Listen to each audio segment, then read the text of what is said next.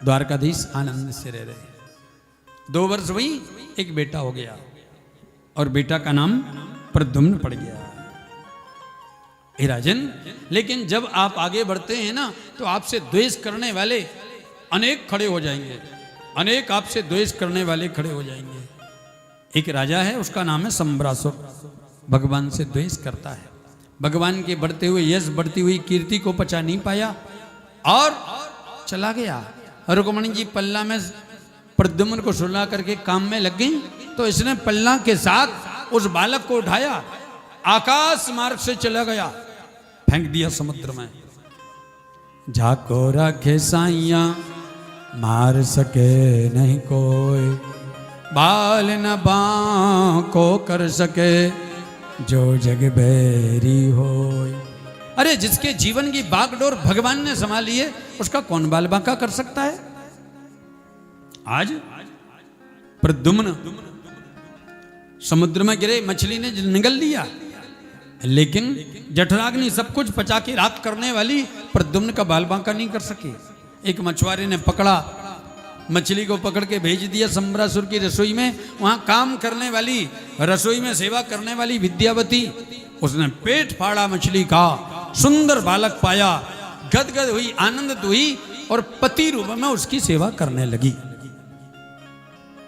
जैसी इस कथा को सुना, राजन परीक्षित ने प्रश्न कर दिया, गुरुदेव, वो देवी ने पति रूप में उस बालक की सेवा करी, कौन, क्यों, कौन है वो देवी और ये बालक कौन है। तब सुखदेव मुनि कहते हैं, राजन, कामस्तु वासुदेवांसो दग्धा प्राग रुद्रमन्यवा देहोपपत्तये भूयस स्वमेव प्रतिपद्यता। कामस्तु वासुदेवांसो, वासुदेवांसः कामः। आज भगवान कृष्ण के अंश के रूप में, पुत्र के रूप में साक्षात काम प्रकट हो गया। काम भगवान का पुत्र बना? हाँ, कैसे? बोले एक अद्भुत कथा है, सतयुग के समय की कथा है। एक बार कामदेव को अभिमान आ गया और कामदेव ने सारे संसार को बस में करने के लिए अपने 5 बाण चलाए। कामदेव के पास 5 बाण होते हैं, सम्मोहन, उद्दीपन, उच्चाटन, वशीकरण आदि आदि 5 बाण चलाए, सारा संसार काममय हो गया। अब तो कामदेव को बड़ा अभिमान हो गया, मैं जगत का ईश्वर बन गया, सारा विश्व मेरे बस में हो गया। एक नहीं हुआ, कौन? बोले शिव जी नहीं हुए, भोलेनाथ नहीं हुए, महादेव नहीं हुए। क्या करें? महादेव तो कैलाश में समाधि में रहते, प्रभु के ध्यान में रहते, तो चला गया काम। कामदेव भगवान भोलेनाथ के पास समाधिस्थ भगवान महादेव को देखा तो कामदेव ने 5 बाण चलाए और जैसे ही बाण भगवान भोलेनाथ को लगे तो अंदर मन में हलचल पैदा हो गई और हलचल हुई तो आ गया क्रोध, और जैसे ही क्रोध आया तो भगवान भोलेनाथ का नेत्र खुल गया। जब शिवती सर नयन उघारा, जब शिवती सर नयन उघारा, चित भत काम भयो चल छारा, चित भत काम भयो जर छारा।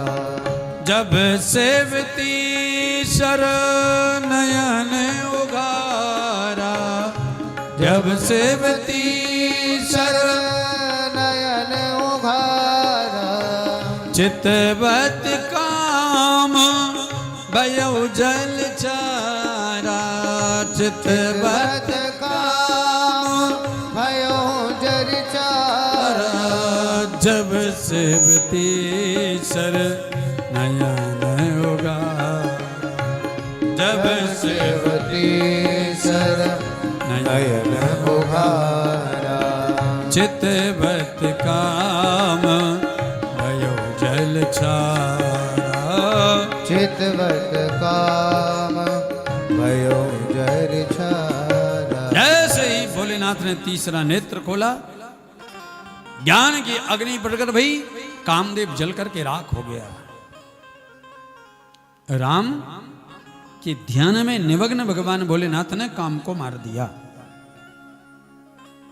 राजन, कोई भी व्यक्ति यज्ञ कर रहा है, जप कर रहा है, तप कर रहा है, पूजन कर रहा है अथवा कोई भी कार्य कर रहा है, और उस समय अगर कोई विघ्न डालता है और उसे रोष आ गया तो उसके रोष के कारण सामने वाला जल के राख हो जाता है। इसलिए कभी किसी के कार्य में विघ्न मत डालो। सहायता कर सकते हो, बहुत अच्छी बात, नहीं कर सकते हो तो विघ्न मत करो, विघ्न मत डालो। राजन, जैसे कामदेव जल के राख हो गया तो कामदेव की पत्नी का नाम है रति। रति रोने लगी, विलाप करने लगी। रति के मन में भाव आया, मैं कैसे रहूंगी बिना पति के। रोती रोती भगवान भोलेनाथ के पास में गई और भगवान भोलेनाथ करुणा बता रहे हैं। कर्पूर गौरम करुणावतारम, करुणा की अवतार है। रति रोती रोती गई भगवान भोलेनाथ के पास।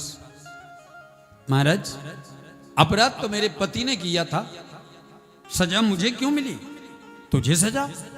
हाँ महाराज, मैंने तुझे कौन सी सजा दी? प्रभु, किसी सौभाग्यवती स्त्री को विधवा करके और फिर उससे पूछते हो कि मैंने तुझे कौन सी सजा दी? अरे विधवा स्त्री के जीवन के बारे में सोचो तो सही महाराज। भगवान भोलेनाथ ने कहा, देवी ये तो मैंने सोचा ही नहीं था। तो भगवान भोलेनाथ ने वरदान दे दिया, देवी कृष्ण तनय हुई है पति तोरा, कृष्ण तनया हुई है पति तोरा, कृष्ण तनय हुई है पति तोरा, कृष्ण तनया हुई है पति तोरा, बचन अन्यथा होए न मोरा, बचन अन्यथा होए न मोरा, बचन अन्यथा होए न मोरा, वचन अन्यथा होए न मोरा। भगवान शिव ने कह दिया, भैया छेड़ो मत, छोड़ दो उसे। भगवान शिव ने कहा, देवी चिंता मत कर। द्वापर में जब भगवान कृष्ण का अवतरण होगा उस समय तेरा पुत्र, तेरा पति उनका पुत्र बन करके आएगा। और आज वही प्रद्युम्न, कामदेव भगवान का पुत्र प्रद्युम्न के रूप में प्रकट हुआ है। राजन, रति विद्यावती बनकर के सांबरासुर की रसोई में सेवा करती है।